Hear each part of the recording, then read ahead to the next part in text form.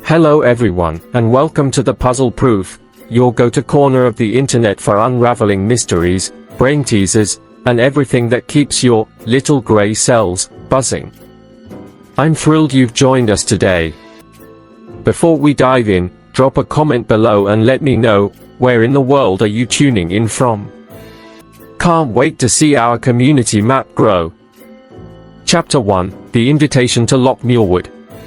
Hercule Poirot stepped from the carriage onto the gravelled drive of Loch Muirwood Lodge just as the low July sun slipped behind a veil of drifting mist. The air was cool with the scent of peat and heather, and a soft breeze rippled the surface of the loch beyond the manicured lawn. Poirot tucked his immaculate grey overcoat about his shoulders, bade a silent "Mon Dieu" at the grand silhouette of the lodge, a sprawling stone manor crowned by chimneys, and prepared his mind for the exercise of investigation he knew awaited him. Lady Inverness, tall and dignified in a jade-green travelling cloak, greeted him at the threshold. "Monsieur Poirot, how kind of you to join us," she announced, her voice smooth as silk, yet carrying an undercurrent of something unspoken. She offered her gloved hand, which Poirot kissed with the utmost courtesy. Her wide, pale eyes drifted towards the carriage where his luggage lay, and he noted the imperceptible tremor in her gloved fingertips. Inside the drawing room, the other guests were gathered around a low, polished table fashioned from ebony. To Poirot's left sat Colonel Alastair Ravenhurst, a stern man in his late 50s whose square jaw and tightly clipped moustache bespoke a lifetime of military discipline. His uniform, complete with regimental ribbons, gleamed against the dark wood paneling.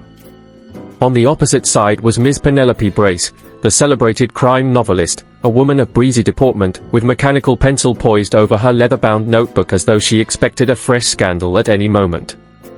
Each guest paused as Poirot entered, and, in that fraction of a second, his little grey cells assessed them all, their gait, their attire, their gazes.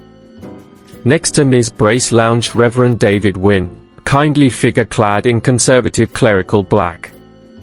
His gentle countenance was framed by rimless spectacles, but Poirot's keen gaze caught the way the Reverend's fingers flexed and unclenched upon his knee, a subtle signal of inattention. By contrast, Dr. John Cairns, the family physician, sat rigidly straight, his expensive tweed suit impeccably pressed, yet his eyes flickered constantly toward the window, as if expecting something, or someone, to arrive unannounced. At the far end of the room, tending to tea, was Miss Eliza Page, Lady Inverness's discreet maid. She moved with quiet efficiency, arranging delicate porcelain cups and a sliver-like silver teapot upon a tray. Poirot noted the slight quiver in her hands as she poured, sighing, he thought, that Miss Page carried some anxiety with her own morning routine. Her plain black dress was spotless, yet the cuffs bore the faintest smudge of earth. To any casual glance this would pass unnoticed, but to Poirot it was a clue, as certain as any fingerprint. Having exchanged the customary salutations, Lady Inverness guided Poirot to a settee opposite the grand fireplace. "Monsieur," he murmured, "I trust the journey was agreeable." "Très bien, madame," Poirot replied smoothly, unfolding his small leather notebook. "But the journey within one's mind, that is where the true voyage lies." He allowed a gentle smile to play upon his lips before continuing, "I observe, madam, that Loch Muirwood Lodge is a majestic setting for a peaceful retreat. Yet I also perceive subtle tensions among your guests, which suggests that tranquility may be elusive." Lady Inverness inclined her head, betraying neither surprise nor discomfort. "You have the reputation for knowing much before any mystery arises," she said. "My guests are here for a gathering, nothing more. But life, as you well know, often offers complications." Outside, the loch glimmered under shifting clouds. Poirot's attention drifted briefly to the window, noting the dark line of pines on the opposite shore and the way the mist hugged the water's edge. He was aware of a soft echo from the drawing-room wall, a painting of an ancestral Inverness hunting party, each figure caught in a triumphant pose. A faint tremor in the glass suggested a breeze through a poorly sealed window, or perhaps something more deliberate. The hush of conversation resumed. Colonel Ravenhurst offered polite inquiries about Poirot's crossing from Inverness, and Miss Brace pressed him for details of recent cases. Reverend Wynne asked after Poirot's health, while Dr. Cairns confirmed that all present were in sound condition. Poirot answered each with his customary grace, all the while noting the precise turn of phrase, the pause before a reply, the flicker of an eyelid. Each detail was a thread in the web he would untangle. Tea was served at last. Poirot raised his cup to his lips, inhaling the fragrant Earl Grey. He noticed the subtle placement of sugar cubes, the exact proportion of milk, the ring of moisture at the base of his cup. All minutiae, perhaps, but each a testament to routine and habit, or the deliberate disguise thereof. Miss Page hovered nearby, ready to replenish, her face pale as the porcelain she tended. When the carriage finally departed to fetch the ladies' luggage, Poirot remained in the drawing room. He allowed himself a moment of contemplation. 5 people, 1 lodge, and beneath the veneer of civility, currents of ambition, fear, perhaps resentment. And looming above them all, the silent question of why Lady Inverness had summoned him here. With a gentle rap of his knuckles on the arm of the settee, Poirot prepared to begin. The stage was set, the players assembled.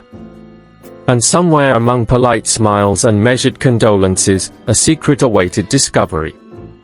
As the afternoon sun slipped lower, and the mist thickened around the Loch, Hercule Poirot's little grey cells awakened to their task, gathering clues, piecing together motives, and preparing to reveal what lay hidden behind every courteous facade. Chapter 2. Shadows on the Water.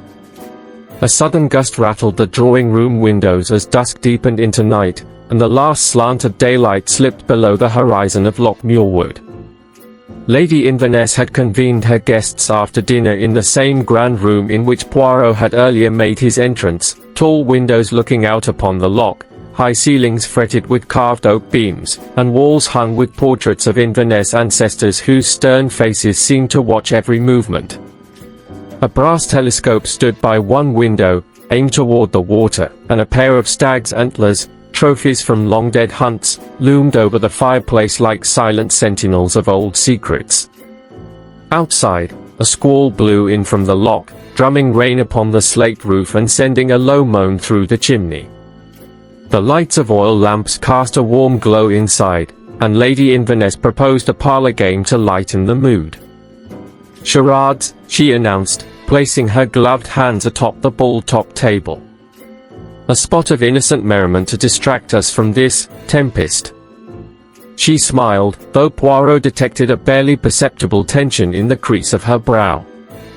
Colonel Ravenhurst, ever the stalwart soldier, volunteered first. He strode to the hearth and struck a pose so theatrical that an appreciative murmur rippled around the circle. Miss Penelope Brace, notebook in hand, watched intently, lips curled in amusement and professional interest. Reverend Wynne leaned forward, his spectacles catching the lamplight, while Dr. Cairns sat rigid in his chair, arms folded across his chest.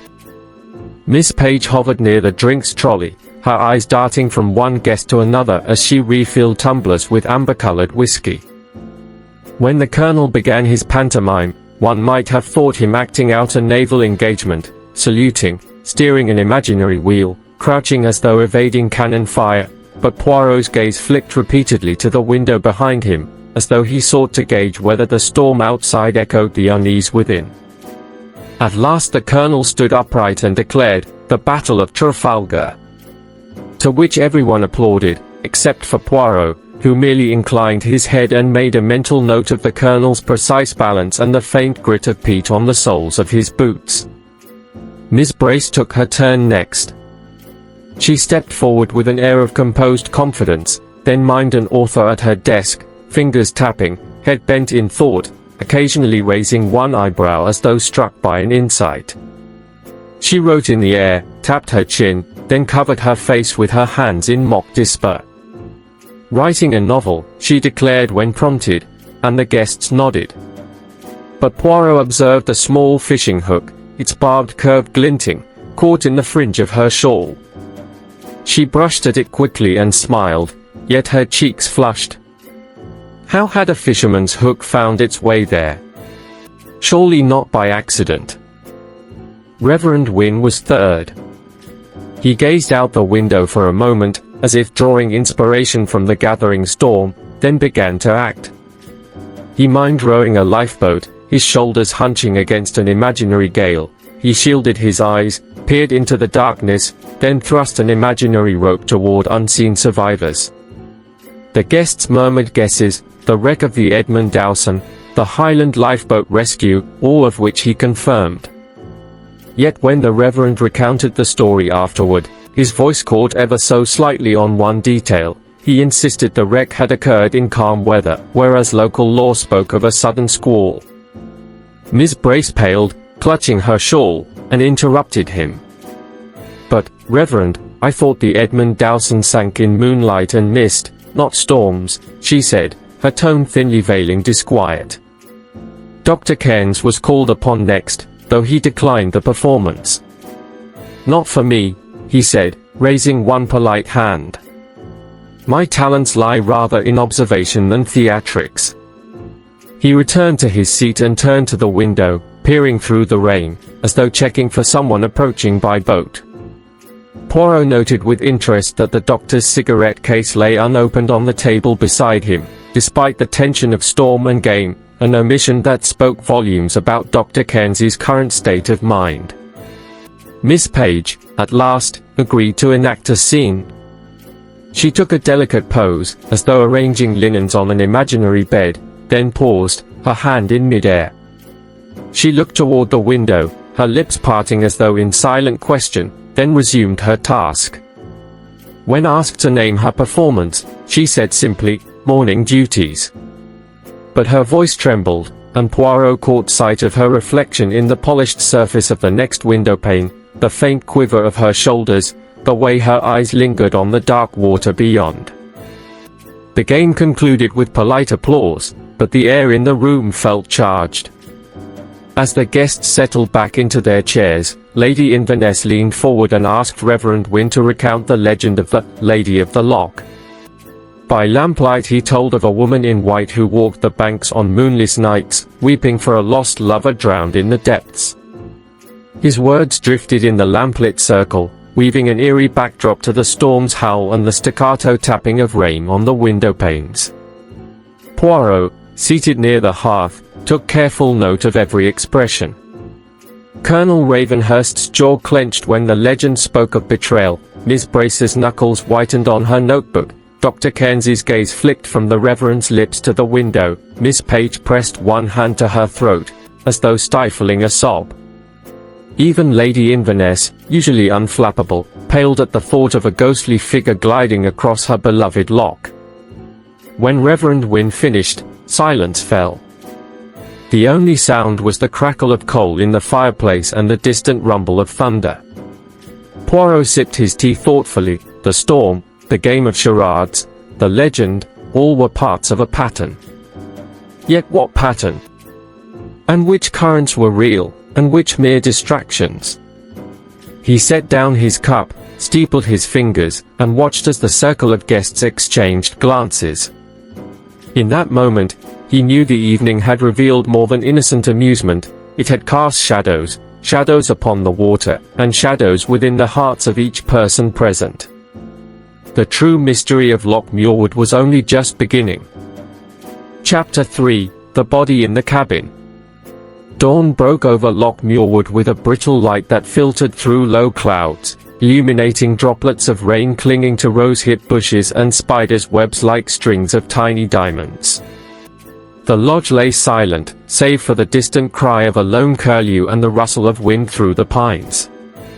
Inside, a hush prevailed as the household prepared for breakfast, every footstep muted on the thick carpets, every murmur hushed behind closed doors. It was in this fragile, expectant stillness that Miss Eliza Page, the maid, set out with a tray of fresh tea and toast toward Dr. Farnsworth's cabin at the far end of the north wing. Miss Page paused at the cabin door. It stood slightly ajar, though she was certain she had locked it the night before. The handle wobbled in her small fingers, and a chill crept up her spine as she pushed it open and stepped inside. The cabin's interior was neat and orderly, a brass-framed bed with crisp linen, a narrow wooden desk holding a sheaf of papers, and a washstand by the window. But it was the jug-shaped wash basin, overflowing with water and a figure submerged up to the chest, that sent a scream to her throat and made her drop the tray with a clatter. Dr. Farnsworth lay face up in the basin, his nightshirt billowing around him like cotton sails. His eyes were wide open, frozen in an expression of astonishment, and a single lock of silver hair brushed the surface of the water. Teacups shattered on the floor as Miss Page bolted back into the corridor, her pale face framed by fear. "Murder! Murder!" she cried, and her voice echoed down the empty hall, rousing every guest and servant in the lodge. Within moments, Colonel Ravenhurst arrived, his military bearing unchanged even as concern creased his brow. He slipped on rubber gloves, bent by the basin, and checked for a pulse with the precision of a surgeon.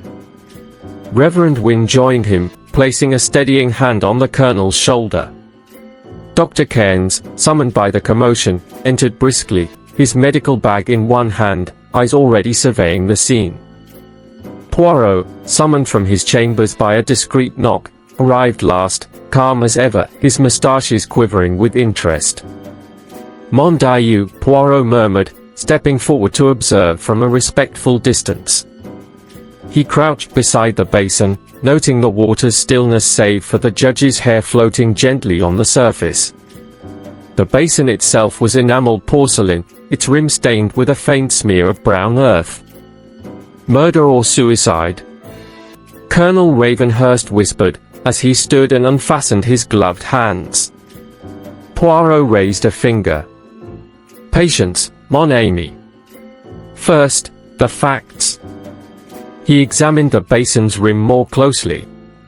The smear of earth, he deduced, came from outside, perhaps the soil of a garden bed or the lock edge mud. It seemed out of place on a washstand in a locked cabin. He then looked to the floor. The carpet was damp, the pattern muddied by bare footprints leading toward the basin, but none leading away. "Observe," Poirot said quietly. "Only approach tracks. No retreat." Dr. Cairns frowned. Perhaps the judge climbed in willingly and slipped. He cast a glance at Colonel Ravenhurst, who shook his head. Reverend Wynne, smoothing his cassock, knelt and peered at the window. "It's firmly latched from within," he reported. "No forced entry or exit. And yet the door was unlocked this morning." Poirot rose and moved to the desk. He picked up a letter opener, a slender, silver-handled instrument, and turned it over in his gloved hand. No signs of blood. No wound on the body. He replaced the opener and continued to the bedside table, where he found a half-consumed glass of brandy. The glass bore no fingerprints but stood on a coaster slightly askew. "And this?" he asked, indicating the glass. Miss Page stepped forward, trembling. "I brought his brandy as usual, monsieur. He drank half last night, asked for no more." The detective then crossed to the window and peered out. The morning mist hovered over the loch, and a hint of peat-stained mud marked the stone sill outside. He touched his chin thoughtfully. "No footprints on the sill either," he said. "And yet this earth must have arrived with something, or someone." He turned back to the group. "We have conflicting possibilities, a staged suicide, or a cunning homicide meant to appear accidental. But the earth on the basin rim, the absence of exit tracks, and that misplaced glass suggest design." Colonel Ravenhurst cleared his throat. "Lady Inverness must be informed." Poirot nodded. "Yes, and we must preserve the scene. No one leaves the north wing until I have questions to ask. Miss Page, your testimony will be vital. And Dr. Cairns," he paused, looking meaningfully at the physician. Your expertise will help determine time and cause of death." As the others moved to seal off the corridor, Poirot returned to the basin. He knelt again, this time studying the judge's expression, not one of resignation or despair, but of surprise, an emotion rare in death. He gently slid a fingertip beneath the water's surface to feel for any abnormal resistance to the body. "Strange," he murmured.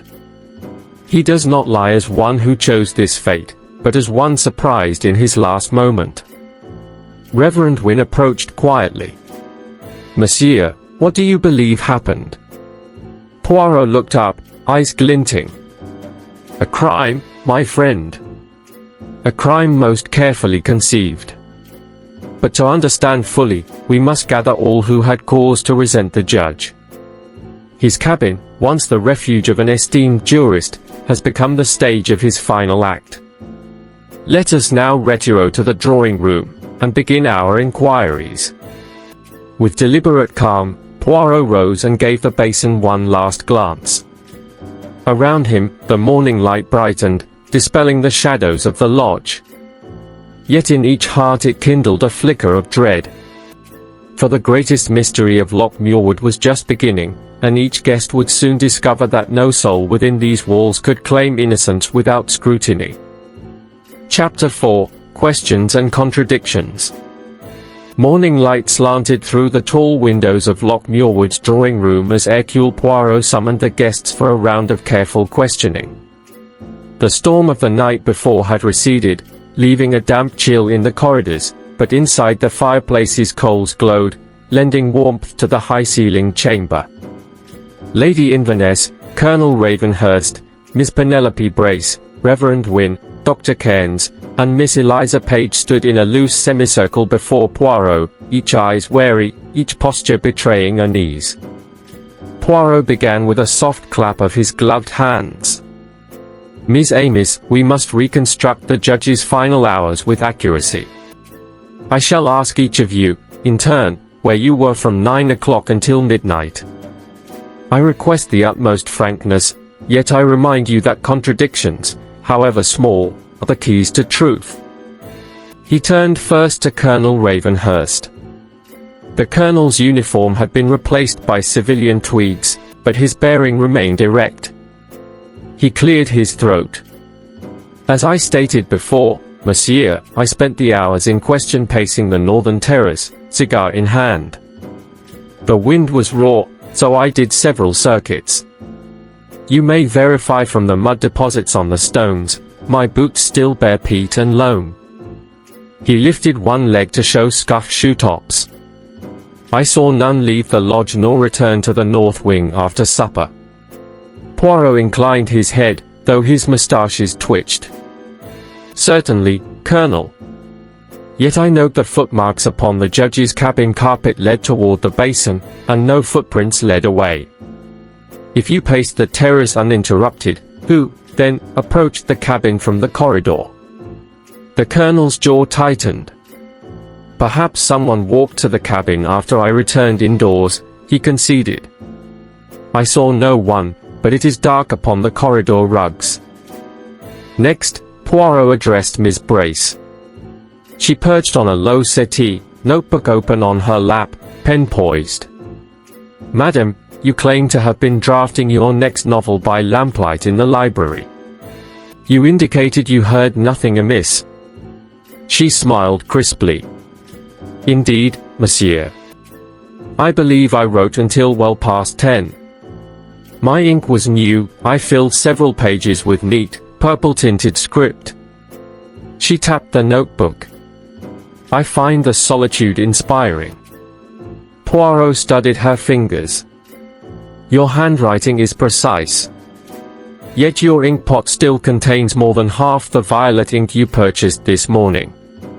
And the script you showed me, there remain no damp impressions upon the letter you sealed for Lady Inverness. Did you pause your writing to seal a note?" Miss Brace's cheeks flushed a delicate rose. I drafted the note, but I did not seal it until after tea." She glanced toward Reverend Wynne, whose expression flickered. I thought I heard a disturbance at the time, a door ajar perhaps, but dismissed it as the wind. At this, Reverend Wynne brushed his spectacles. Monsieur Poirot, I can confirm the library door remained closed. I read downstairs with Lady Inverness in the drawing room until prayers at 11. He lifted a small leather-bound book from his breast pocket. My prayer book bears no signs of handling since then. See, the ribbon marker still rests halfway through. I retired directly afterward to my chamber. Ah, said Poirot, tapping his cane, and yet when I examined your copy, the ribbon lay between chapters, not verses. It would not rest so unless you had leafed beyond that point. Moreover, Lady Inverness informed me she observed you absent from her side for several minutes. Reverend Wynne's serene countenance flickered. I merely fetched a glass of water, he muttered. Poirot turned to Dr. Cairns, who sat rigid in an armchair, one knee crossed. The physician's tweed coat was immaculate, yet his hands trembled slightly. Dr. Cairns, you told me you assumed the night watch from 10 until midnight.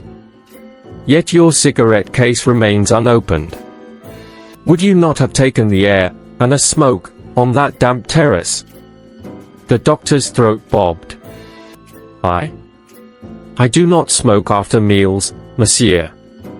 Poirot raised a delicate eyebrow. But the telltale scent clings always to your cuff. I detected tobacco upon your sleeve as you greeted me this morning. Dr. Cairns paled.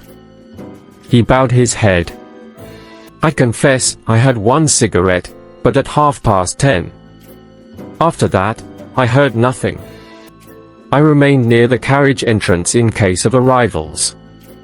Poirot nodded, yet his eyes narrowed. We shall revisit that moment, Doctor. Finally, Poirot regarded Miss Page, who had drawn back, as though shrinking beneath his gaze. She stood by the mantelpiece, hands clasped, dark hair pinned precisely. Miss Page, said Poirot gently, you discovered the body. You told me you brought the judge his tea at 9, and returned at 10 to gather empty cups. You claim the cabin door was locked when you arrived, yet unlocked when you fetched the towels. Miss Page's breath trembled. Yes, monsieur. I locked the door with my master's key, but when I returned 10 minutes later, the door was ajar. I thought perhaps he had risen. I stepped in. But you found him already seated in his basin, Poirot interjected. He extended a hand toward a small pile of fresh towels on an ottoman. These towels, clean, folded, and placed here when the morning chambermaid counted them, were found in his bathroom cupboard, which she insists was locked. Miss Page's face drained of color. I revived him with towels. I used them to support his head. The cupboard. I opened it. Her voice quavered. I simply thought to help. Silence fell. Poirot steepled his fingers and surveyed the group. You see, Miss Amis, each account holds truth yet falters at a crucial point. Colonel Ravenhurst's boots bear the mud of the corridor as well as the terrace. Miss Brace's ink remains too plentiful for the pages she claims to have filled. Reverend Wynne's book betrays a wandering mind. Dr. Cairns's sleeve denies his assertion of abstinence. Miss Page's towels appeared where no towels should have been. These contradictions are not to shame you, but to guide us to the precise moment when the judge's fate was sealed. He paused, allowing the weight of his words to settle. Outside, a solitary crow called from the loch's edge. Each guest shifted uncomfortably, aware that their careful stories had begun to unravel. Poirot smiled ever so slightly. We shall proceed with further inquiries. I beg your patience, for in these details, we shall find the culprit. With that, he motioned to Lady Inverness to provide refreshments, though none of the guests appeared eager to take them. Outside, the day brightened, yet within the drawing room, Shadows of doubt and suspicion deepened, signaling that the heart of the mystery still lay concealed, awaiting the detective's next revelation. Chapter 5: The Web of Motives. Late morning sunlight sifted through the high windows of the drawing room, illuminating the mahogany panels and gilt frames that bore witness to countless family gatherings. Yet on this day, the gilding seemed tarnished by suspicion, and the room's elegance felt stifling to the 5 guests seated around the low table. Hercule Poirot stood at the head, eyes alight with purpose as he prepared to unravel the hidden currents that bound them all to the late Dr. Farnsworth. "Miss Amis," he began, his tone measured, "we know how the judge met his end, and why. But now we must uncover why each of you would wish him ill. Let us speak plainly of your connections to Dr. Farnsworth." He tapped the table with a slender finger, and one by one, the others offered their truths. Colonel Ravenhurst was first. He sat erect, hands clasped on his lap. "I served under Captain Farnsworth, his nephew, in India," he confessed. After the young man's disgrace, a court-martial for misappropriation, the judge disinherited him. I protested on the nephew's behalf, but Farnsworth was resolute. He destroyed a promising career. The colonel's voice grew gravelly. "My loyalty to the family compelled me to intervene, yet my pleas fell on deaf ears. I bear no love for the man who ruined his own kin." Miss Penelope Brace leaned forward, notebook unopened at her side. "I wrote to Dr. Farnsworth last month," she admitted. "My latest novel featured a character so cruel and pompous that everyone assumed it was him. He threatened legal action for defamation. I needed his advice, no lawsuit, he said, if I inserted a disclaimer. But he demanded more, personal acknowledgments, hired counsel fees." She paused, pinching the bridge of her nose. "I feared financial ruin, yet I refused to be bullied." Our correspondence ended in acrimony. Reverend Wynne adjusted his cuffs. "I counseled Dr. Farnsworth regarding a moral matter," he said softly. He had been approached by a parishioner whose reputation he once judged harshly. The woman claimed injustice. Farnsworth's ruling had cost her family home. He consulted me on whether to rectify the record. He thanked me, then did nothing. I spoke again, urging compassion. He coldly replied that mercy was not within his remit. He paused, gaze distant. I fear my guidance was wasted. Dr. Cairns, pale and taut, cleared his throat. The judge diagnosed me with negligence in treating a patient's child, he confessed. Publicly, he scolded me before the board of physicians. My reputation suffered. My practice dwindled. He clenched his jaw. I asked him to retract his criticism. He refused. He said the child's death was my failure. He swallowed. I do not forgive easily. Finally, Miss Eliza Page, her dark hair pinned severely, spoke in a low voice. I overheard Dr. Farnsworth argue with someone in this very room, she revealed. I passed by his cabin window one night and caught 2 voices. One was his, the other, muffled. I fled, but I saw a gloved hand steadying him, then heard the drip of water. I wanted to tell someone, but I feared no one would believe me. She pressed a hand to her throat. I was frightened. Poirot raised a hand. Let us examine the strands of this web. He turned to Colonel Ravenhurst. You had every reason to resent a man who cut his nephew out of his will. But you would not soil your honor by violence. The colonel frowned. Perhaps not, yet one's code can be tested. Poirot smiled faintly. Just so. Yet the judge's rib was unbroken, and there was no sign of struggle in the terrace alcove where your boots trod. He faced Miss Brace. Your dispute was financial, but legal threats rarely end in murder. And you lacked the means to administer poison or drown him at such hour without detection. She shot him a look of mingled frustration and relief. I might have wished him silent, but not dead. Reverend Wynne's serene facade flickered. Your moral indignation was sincere, but you have no motive to kill for principle alone. A push toward mercy is not a push toward darkness. The Reverend looked down. I suppose not. Poirot turned to Dr. Cairns. Your grievance was personal and professional. You possess knowledge of poisons, and access to his brandy. But you maintain the charade of the night watch. He beckoned the doctor closer. Yet you risked exposure by lingering too long at the carriage entrance. Dr. Cairns's cheeks paled. Mon Dieu. I admit I returned to his cabin, but only to speak. No, Poirot interrupted gently. You returned to confirm that he would not retract his criticism. Dr. Cairns's shoulders slumped. I did, he whispered. Poirot approached Miss Page. And you, mademoiselle, you bear witness to a clandestine meeting. But your fear kept you silent until now. You hold the peace that binds all motives. Tell us what you saw.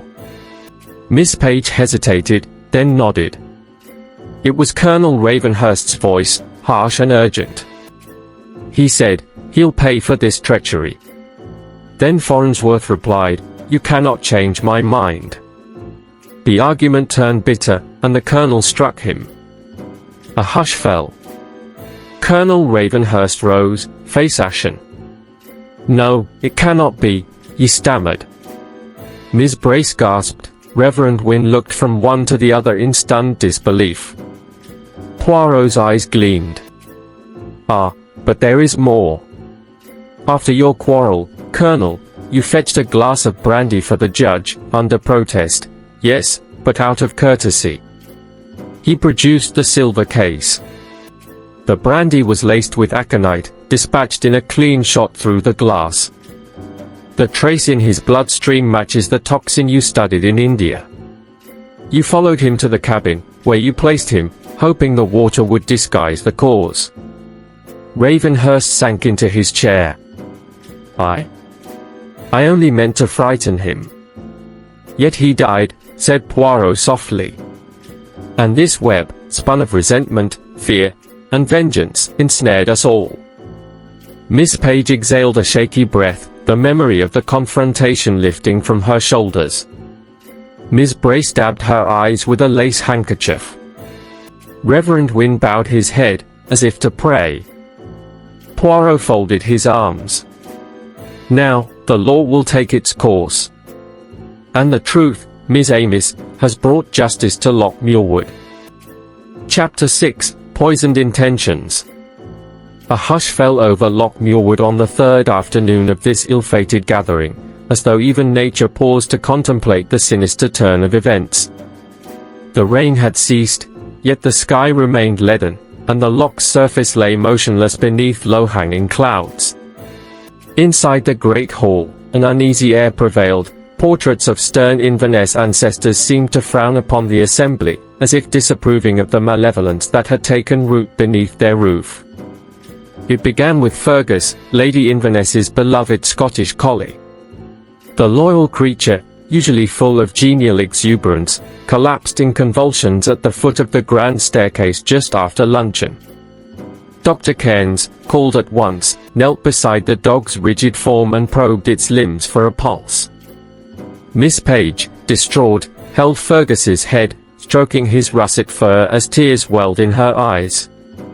Within the span of a single minute, the dog lay still, its gentle eyes glazed and unseeing. How can this be? Lady Inverness wailed, kneeling beside Fergus. He loved this house as we all do. Colonel Ravenhurst bent low, scanning the carpet for telltale signs, while Miss Brace hovered close, pen poised above her ever-present notebook. Reverend Wynne crossed himself in silent prayer, and Poirot, calm, collected, surveyed the scene with those piercing eyes that missed nothing. "Mon Dieu," Poirot murmured. He rose and approached the nearest table, where a decanter of whiskey and 2 crystal tumblers stood, as if awaiting a gentleman's tipple. He lifted one glass, noting a thin film of amber residue along its inner surface. "Fergus did not die of natural causes," Poirot announced. "Observe this glass. A mere sip of whiskey would have passed unnoticed by this creature, but the residue suggests something more potent." Dr. Cairns frowned. "Surely the dog could not consume whiskey?" Poirot inclined his head. "Perhaps not this spirit," he replied, "but the presence of oily traces indicates the application of a toxin that bonds readily to lipids, aconitine or strychnine, for example. The dog may have ingested poison through a treat, or even from licking a surface on which the assassin placed the substance." He crouched to examine the carpet. A single muddy footprint marred the hallway, a boot tread, though unfamiliar. Poirot traced its outline gently with his cane. "See here," he said. "This print runs from the rear entrance toward the grand hall, then halts abruptly. The killer need not flee. Fergus's death serves as both diversion and cover." Miss Page gasped. "But why poison our dog?" Dr. Cairns answered, voice tight. "To distract us from the truth in the judge's death, perhaps to mask the toxin's presence in water or wine. If we search only the lodge, we might overlook traces by the loch." Poirot stood and moved to the window that faced the boathouse. Through the blurred glass he spotted the silhouette of a ramp leading to a small jetty. He beckoned the others outside, though Lady Inverness hesitated, still trembling beside Fergus's lifeless form. "We must," Poirot insisted. "The perpetrator left their mark beyond these doors." Under Poirot's direction, they donned coats and stepped into the drizzle. The path to the lake was sodden, the turf sucked at their feet. At the boathouse door, Poirot paused, lifting his cane to point at the ramp's planks. "Notice the mud here is fresher, darker than that on the terrace. And see how it adheres to deep grooves, indicating heavy boots, perhaps military." Colonel Ravenhurst straightened. "My boots are lighter, and I have not set foot here since yesterday's storm." Poirot eyed him thoughtfully but did not reply. He followed the muddy streak to the jetty, where the planks were soaked with wet decay. Someone came alone, Poirot noted, and carried a small flask or vial, noticed the oily smear on the wood. He traced a slender smear along a plank's knot, using his handkerchief to lift a small dark stain. This is the same substance that clings to the whiskey glass inside. He pressed onto the water's edge, where clumps of peat and scattered reeds marked the shoreline. "The assassin returned by water," he declared, concealing their passage among the reeds before re-entering through the back door. Miss Brace shivered. "By boat? In this weather?" "Yes," Poirot confirmed. "The murderer timed the tide, launched the skiff under cover of storm and darkness, and left no tracks save these. Then, once inside, they laced Fergus's treat with poison and set the scene to distract us from further inquiry." Reverend Wynne inhaled sharply. "A dog's death, such cruelty." "Cruelty is the hallmark of a desperate soul," Poirot replied. "The killer, fearing exposure, escalates the crime. Notice also the jam." He turned to the tray of clotted cream scones and jam jars perched on a nearby bench, left untouched since breakfast. One jar's lid lay on the ground. "A smear of jam here contains trace elements of aconite, highly soluble. The dog, perhaps aided by a crumb on the floor, consumed the poison quickly." Dr. Cairns knelt and examined the jam jar's lip. "I see," he murmured. "Someone took a small spoonful, mixed it unseen, then resealed hastily." Poirot nodded. "And thus they sought to implicate Fergus's pantry, perhaps to suggest a contaminated supply," But in all this, a single misstep, the oily smear on the whiskey glass, the muddy footprint on the corridor, the boathouse jetty's stain. Enough to pursue the trail. Lady Inverness, pale but resolute, looked at Poirot. Who would do such a thing? And why? Poirot placed a comforting hand on her arm. The same person who dispatched Dr. Farnsworth, madam. They wish to end all inquiries. Yet the greater mystery remains, what did they fear the judge would reveal? Our task is clear, identify who among us possessed the means to navigate water in darkness, to handle poison, and to sneak in and out unnoticed. As they retraced their steps toward the lodge, Poirot's mind worked at fever pitch. The collie's death was no idle tragedy but a calculated gambit. Each clue he carried, jam smear, oily residue, mud prints, would guide him toward the culprit. Within the silent roar of the loch and the damp hush of the grounds, a single truth awaited discovery, and Hercule Poirot would not rest until he had illuminated the darkness. Chapter 7, Gathering the Threads. The drawing room of Muirwood Lodge felt smaller now, as though the walls had drawn in around its anxious occupants. Late afternoon light filtered through heavy drapes, casting long, patterned shadows across the Persian rugs. On a low table stood unclaimed cups of tea and cooling plates of scones, reminders of a cozy afternoon now tainted by dread. At one end, Colonel Ravenhurst sat forward in his chair, elbows on knees, jaw clenched. Beside him, Miss Penelope Brace tapped her pen against her notebook, eyes bright with professional curiosity. Reverend Wynne knelt at Lady Inverness's side, offering quiet comfort. Dr. Cairns stood apart, gaze fixed on the hearth, and Miss Page hovered near the window, tugging nervously at her apron. Poirot entered the circle, cane in hand, moustaches neatly waxed. He closed the door behind him with a soft click. "Miss Amis," he began, his voice measured, "this house has seen 2 deaths and 1 desperate attempt to deceive us all. We have collected clues, footprints, smears, footprints on the jetty, the jam jar, and learned of resentments, fears, and heated words. Now we must piece these fragments into a coherent tapestry." He motioned to the evidence board he had arranged earlier, a large sketch of the lodge, arrows in colored chalk marking pathways, starch-white photographs of the boathouse ramp and the jam jar. "Let us review what we know." He tapped the photo of the jetty. "Our murderer came by boat in the dead of night, mud on boots, water dripping from coat. They carried a small vial of aconitine, slipped it into the judge's brandy, then staged the scene to appear suicide.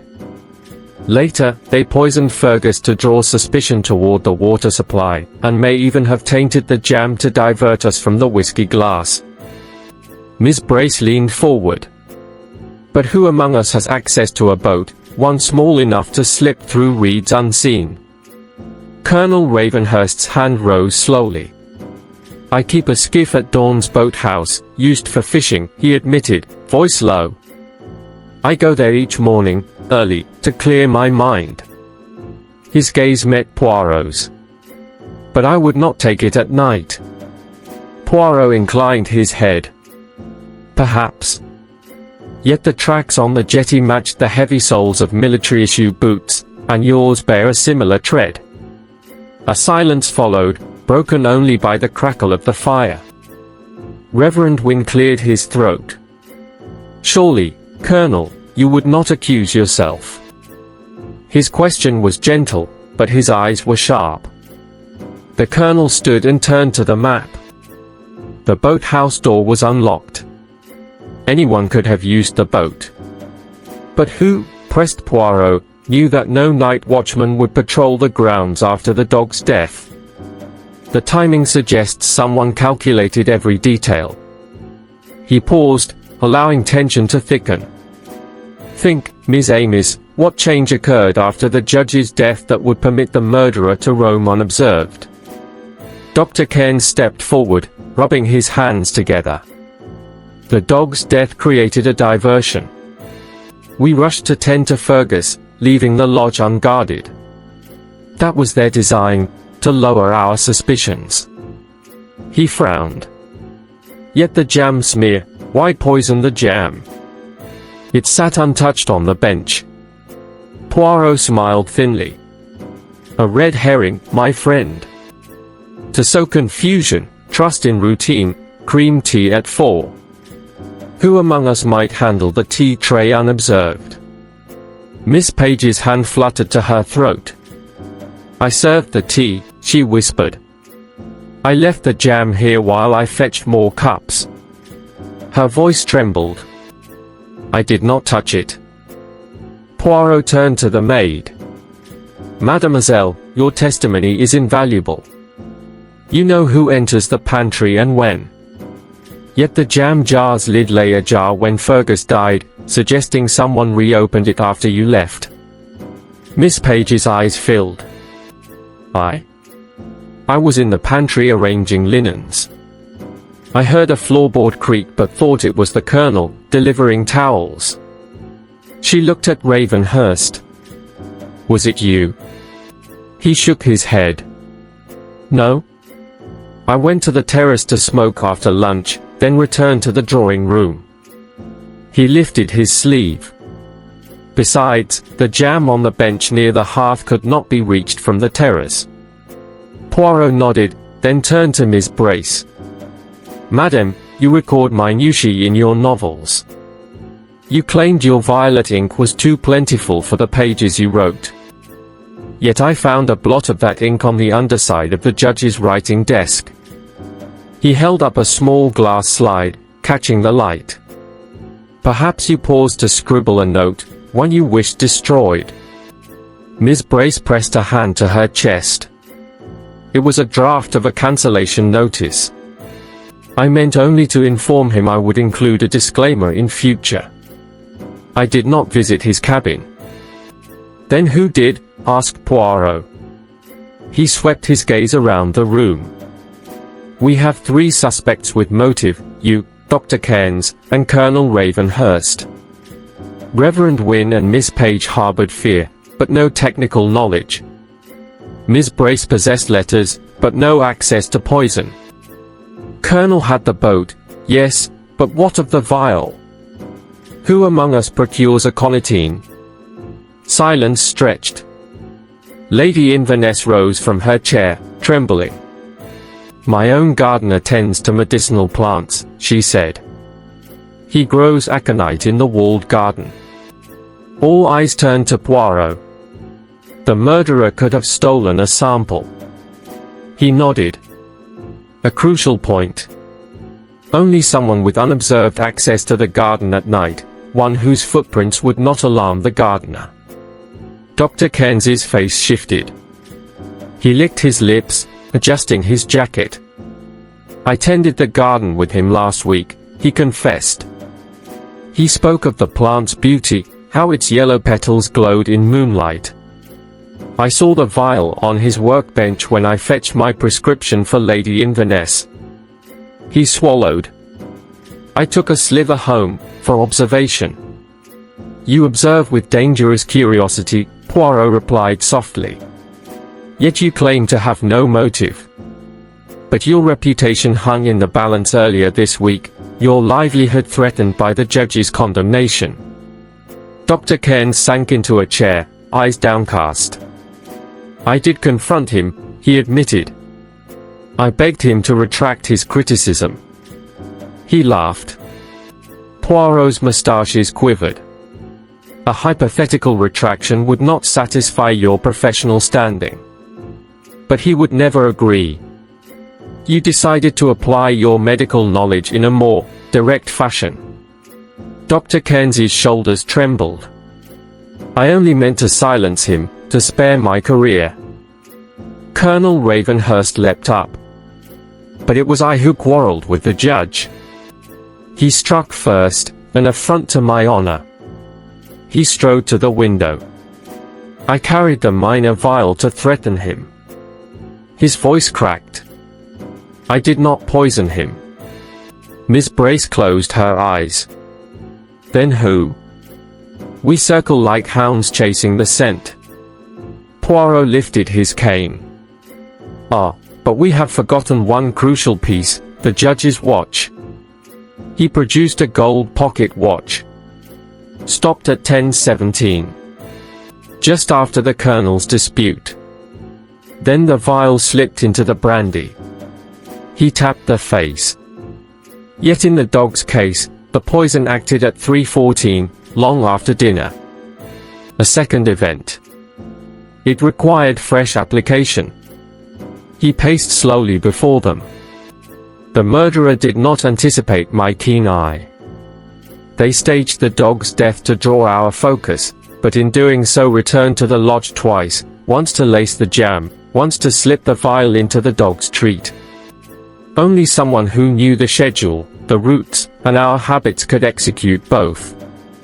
His gaze settled on Reverend Wynne. You know the lodge's rhythms: prayers at 11, tea at 4, patrol of the dogs at 3. You also know poisons. Your theological studies embraced natural philosophy. The Reverend drew a breath. Monsieur, Poirot held up a finger. I shall ask each of you to think again of every movement today. Tomorrow, the truth will stand revealed. He closed his notebook with finality. Outside, the leaden sky rumbled, and within the walls, hearts thumped in anticipation. The strands of intrigue had been collected. Now, as the guests retired in unsettled silence, Poirot convened his little grey cells for the final tightening of the net. The ultimate solution hovered just beyond reach, waiting for the detective to pull the last thread. Chapter 8: The Final Unmasking. A hush settled over the drawing room as the late morning sun, veiled by shifting clouds, sent mottled light across the polished floorboards. Lady Inverness, still pale from the shock of recent events, stood by the tall windows, her hands clasped before her. Colonel Ravenhurst paced beside the marble hearth, shoulders rigid. Miss Penelope Brace perched on the edge of a settee, notebook closed but ready. Reverend Wynne knelt quietly by the fireplace, his prayer book unopened. Miss Eliza Page lingered near the door, her eyes wide with apprehension. And there, in the center of it all, stood Hercule Poirot, calm, dignified, moustaches immaculate, every detail in place. Miss Amis, Poirot began softly, we have traversed a winding path of misdirection and half-truths. This morning, we bring our inquiry to its close. He motioned to a small silver tray he had placed on a side table. Upon it rested 3 items: Dr. Farnsworth's gold pocket watch, stopped at 10:17 p.m., a glass slide bearing a smear of violet ink, and a fragment of a jam jar lid, its edge streaked with pale yellow residue. These tokens, he continued, contain the threads of our tapestry. He held up the watch. Dr. Farnsworth's timepiece ceased at the precise moment he drank that fatal brandy. Its hands confirmed the hour, even as voices and alibis shifted.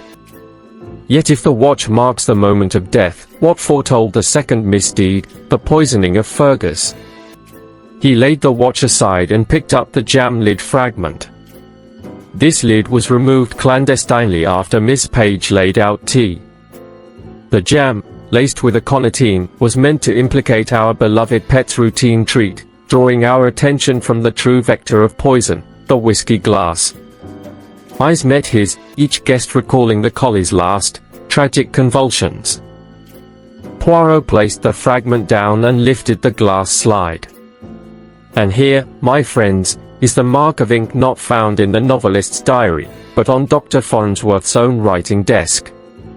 A single blot of violet dye, matching Miss Brace's stock, suggested a note hurriedly dashed off.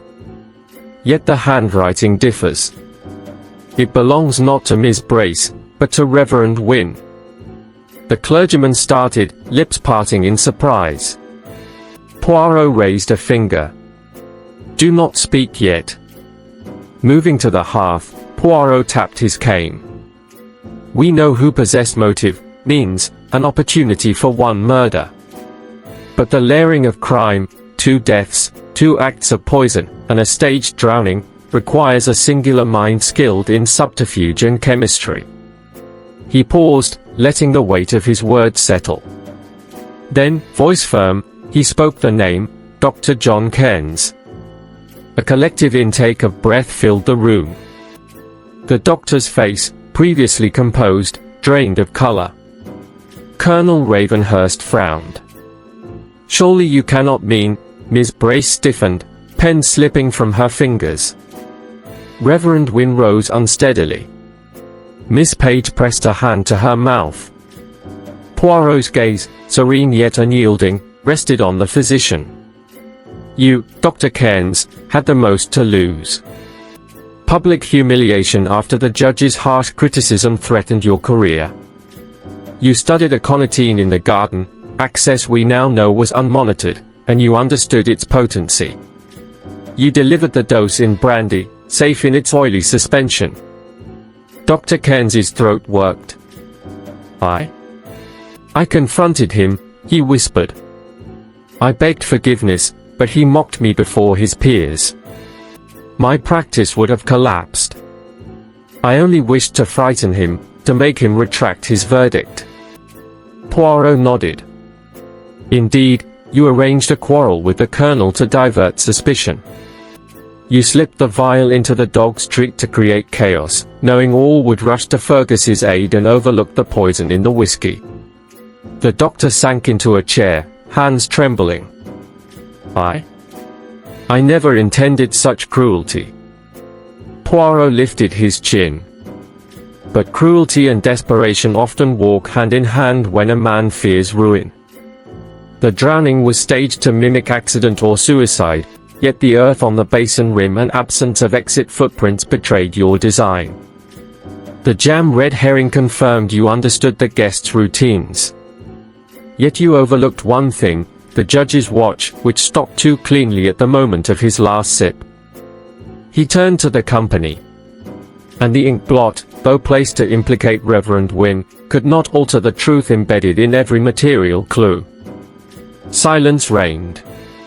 Lady Inverness pressed her hand to her heart. "My dear doctor," she murmured, "how could you?" Dr. Cairns bowed his head. "I am truly sorry. I thought I could control the outcome." Colonel Ravenhurst rumbled, "You have destroyed a life beyond hope of repair." Miss Brace, recovering composure, closed her notebook with a soft click. Reverend Wynne crossed himself, voice tremulous, "May God have mercy." Poirot surveyed them, satisfaction tempered by solemnity. "Justice will follow, and the law shall take its course. Yet let us remember Dr. Cairns was once a man of honor, undone by fear." He paused, letting the room absorb his words. Then, with a gentle smile, he concluded, "Mon Dieu, how complex the human heart can be. But, Miss Amis, when minutiae converge, ink, jam, watch, footprints, they illuminate the darkest schemes.